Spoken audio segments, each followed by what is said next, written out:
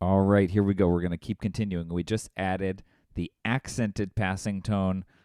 Let's see what else there is to sort of uncover in the wide world of more non-harmonic tones. The one we're going to do today definitely, I think, is the most bang for your buck version, and it has the most fun name as well. So let's first just recap a little bit of what we've looked at so far, what we've seen as sort of common or identifying elements in non-harmonic tones that we've looked at up to this point. So we've sort of got two broad categories now. The first is that we've got unaccented non-harmonic tones. And so those would be the traditional passing tone and the neighbor tone that we did in Theory 1. And those are definitely going to have that sense of subtlety where the dissonance or the sort of just not being in the chordness of the note is hidden a little bit because it's off the beat, right? That's the unaccented part. So not only is it rhythmically not accented, but that makes the dissonance unaccented, right? And those two really, really similar in sort of technique and how to find them, how to put them together. And then more recently, we've added these accented types of non-harmonic tones. So we added the accented passing tone, which is the same as the passing tone that's unaccented except for the rhythmic placement. And we've done suspensions, and we've looked at the 4-3 suspension along with the 7-6 suspension.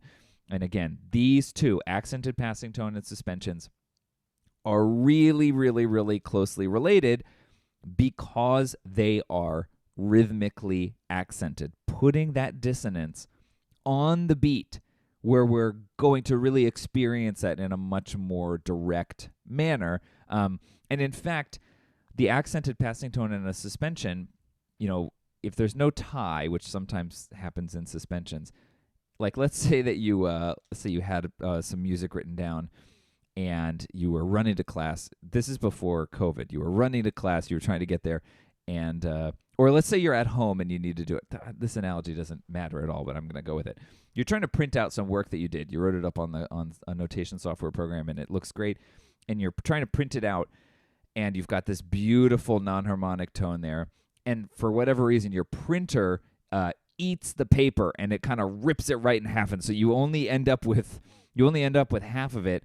And the other half just never comes out. The printer devours it and just destroys it internally.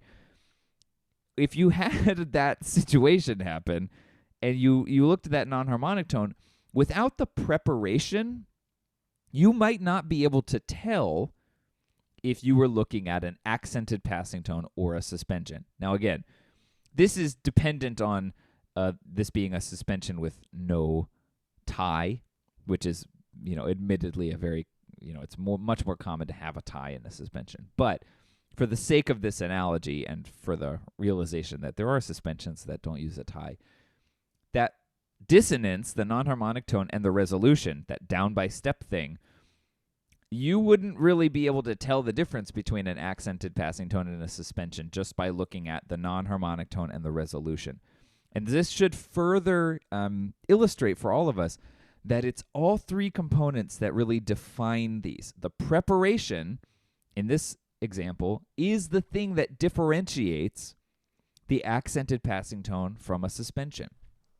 Even though there are these unifying elements, that's what really makes it the same. And we could say the same thing about passing tone and neighbor tone, right?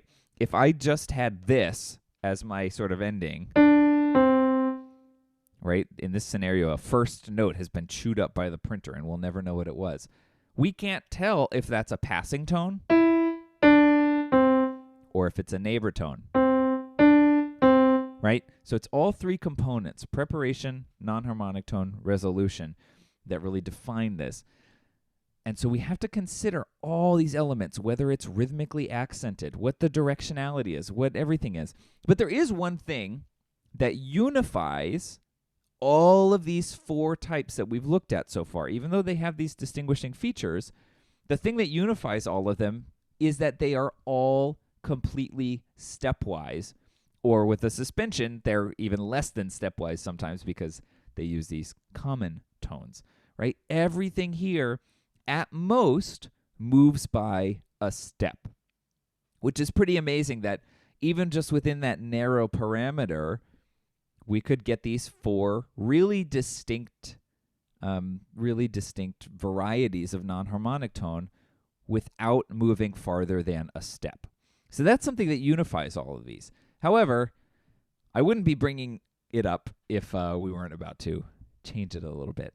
And anytime you change it, it's always exciting when you get this super fun word to deal with here. So we're going to be looking here at something called the Appoggiatura, which is, you can't beat the Appoggiatura. In fact, I think the most exciting thing you'll learn from Theory 2, maybe the entire music theory sequence, is that Appoggiatura was once the winning word at the Scripps National Spelling Bee.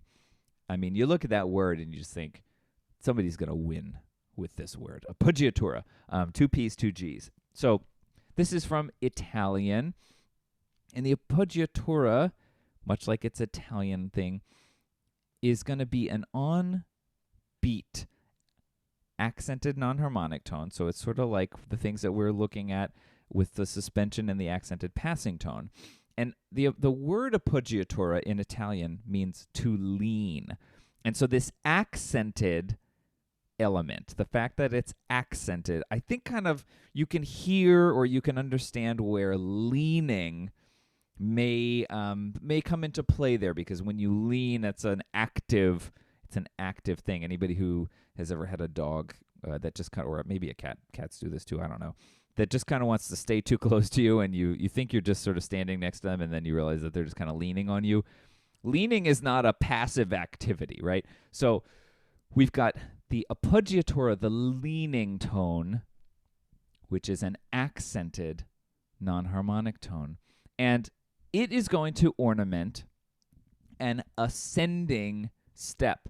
That's kind of unique too, because like with suspensions, we noticed that they only work on a descending step. So with neighbor tones and with passing tones, when we first were introducing non-harmonic tones, they could go anywhere, right? Passing tones, as long as we have a third, whether it's going up, whether it's going down, doesn't matter, we can use a passing tone. Neighbor tones, we need the same note to be repeated, and we can do a lower neighbor tone or an upper neighbor tone. All good. It works in all kinds of directions.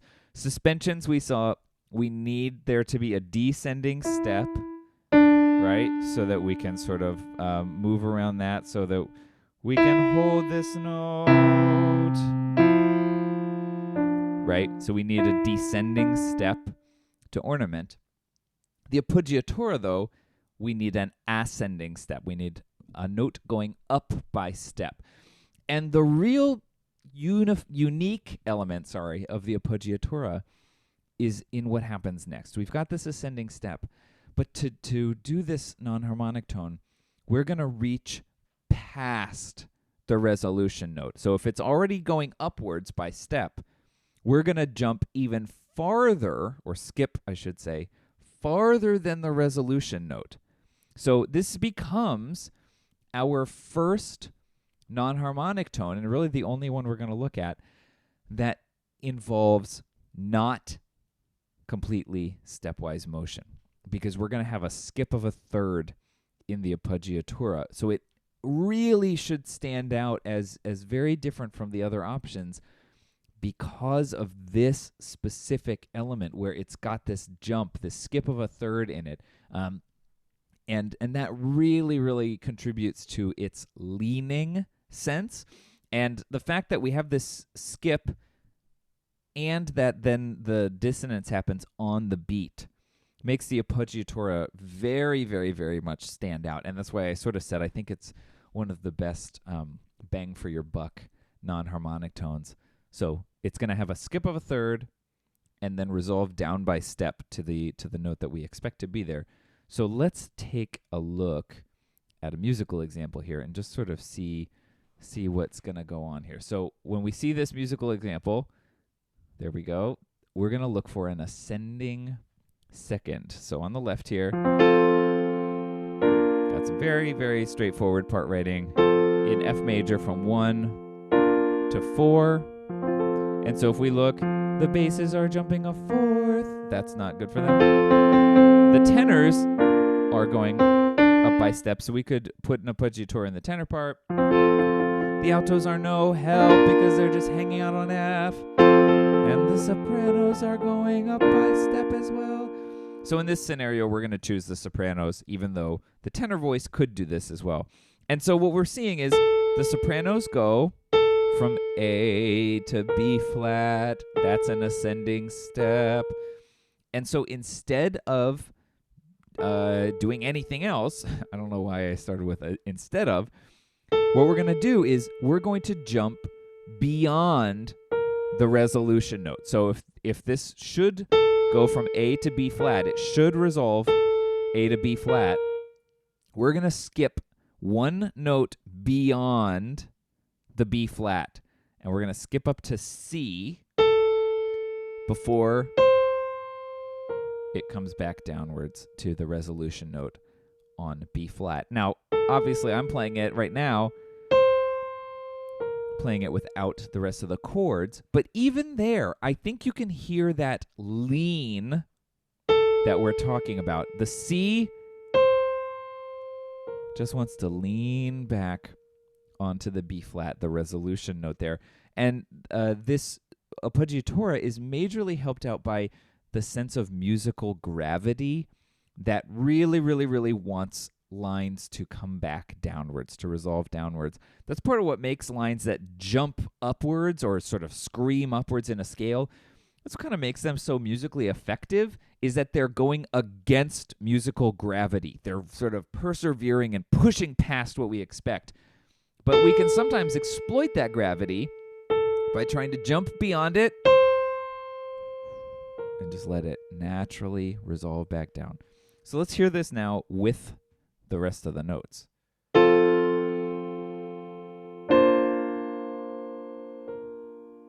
It's just gorgeous. It's just gorgeous. And once again, this is one of those amazing examples of where if you use the technique, the notes will really clearly tell you where they want to go, right? And that's the thing that I just love so much about these non-harmonic tones, is that we can hear that natural resolution, right?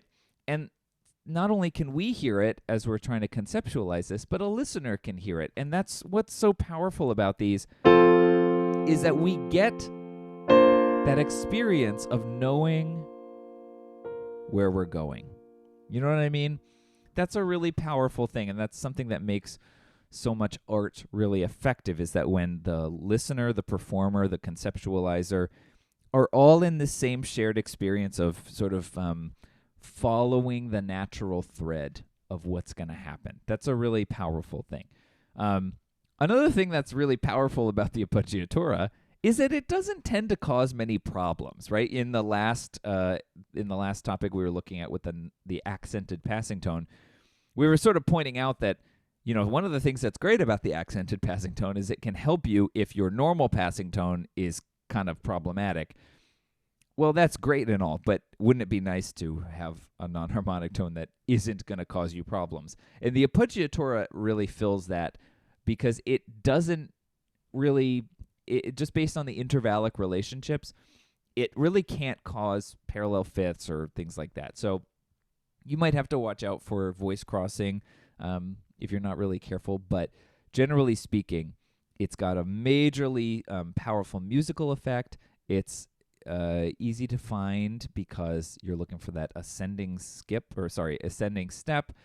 and it just really doesn't bring in problematic intervallic relationships. So that makes the appoggiatura great. And on top of that, it's fun to say, appoggiatura. You could sort of, do one of these hand motions.